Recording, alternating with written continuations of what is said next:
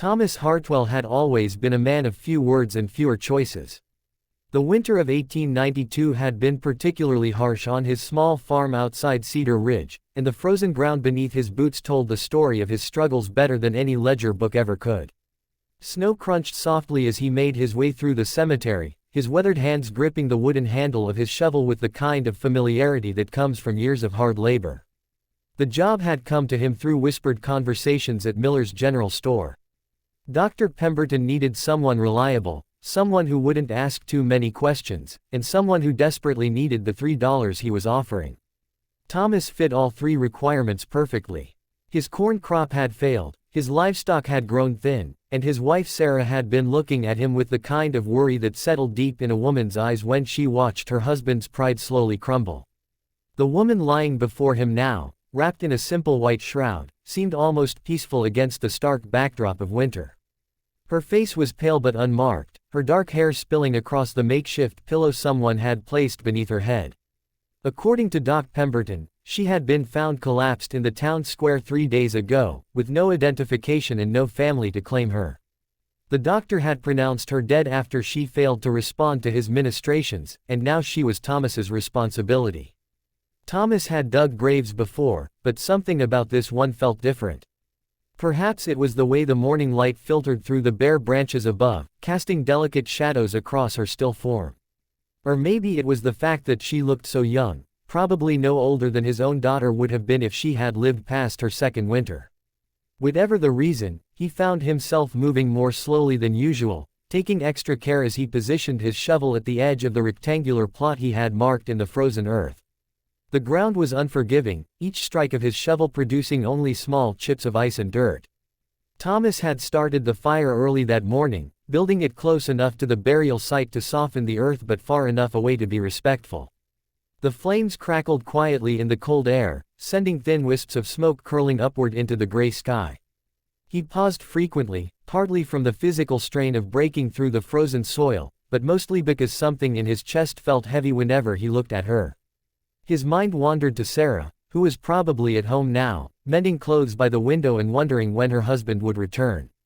She had grown quieter in recent months, their conversations becoming shorter and more practical.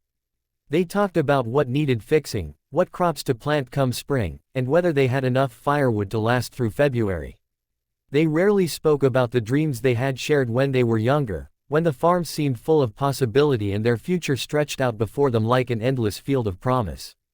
Thomas had been working for nearly an hour when he noticed the change.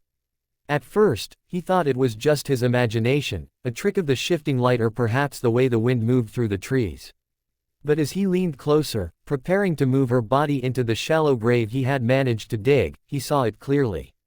Her chest was rising and falling with the gentle rhythm of sleep. He dropped his shovel immediately, the metal clanging against a stone as it hit the ground.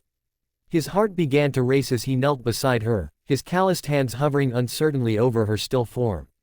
Her breathing was shallow but unmistakably real, and when he placed his ear close to her chest, he could hear the steady thump of her heartbeat beneath the wool of her shroud.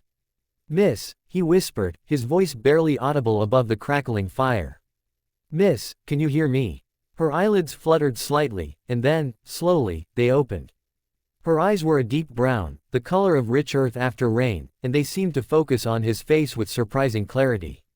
She didn't speak immediately, but her lips parted slightly, and Thomas could see that she was trying to understand where she was and what was happening. "It's all right," Thomas said softly, his voice taking on the gentle tone he had once used with frightened animals. "You're safe now. My name is Thomas Hartwell.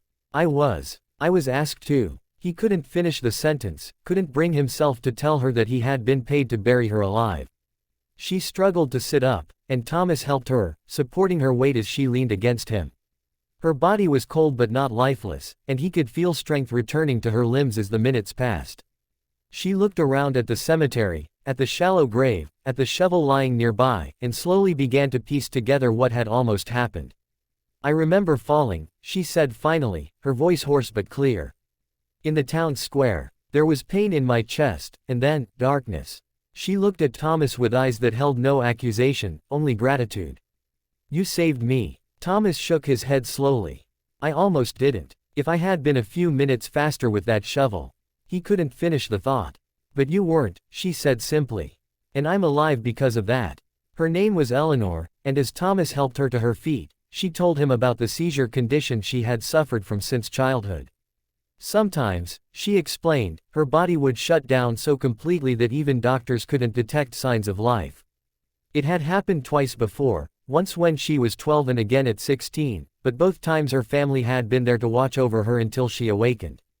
I came to Cedar Ridge looking for work, she said as Thomas wrapped his coat around her shoulders. I had heard there might be opportunities at the textile mill. But I didn't know anyone here, and when I collapsed. She trailed off, understanding now how close she had come to a fate worse than death. Thomas thought about the $3 in his pocket, money he had already spent in his mind on seed for spring planting and perhaps a small gift for Sarah. But as he looked at Eleanor, standing there in the morning light with snowflakes beginning to fall around them, he realized that some things were worth more than money. Come on, he said, picking up his shovel and extinguishing the fire. My wife Sarah will want to meet you. And you'll need a place to stay until you get back on your feet. Eleanor smiled then, the first real smile Thomas had seen from her, and it transformed her entire face. Are you sure? I don't want to be a burden. You won't be, Thomas assured her. Sarah's been feeling lonely lately, and I think she'd enjoy having another woman around the house. Besides, spring's coming soon, and there's always more work than two people can handle on a farm. As they walked back through the cemetery together, Thomas felt something he hadn't experienced in months: hope.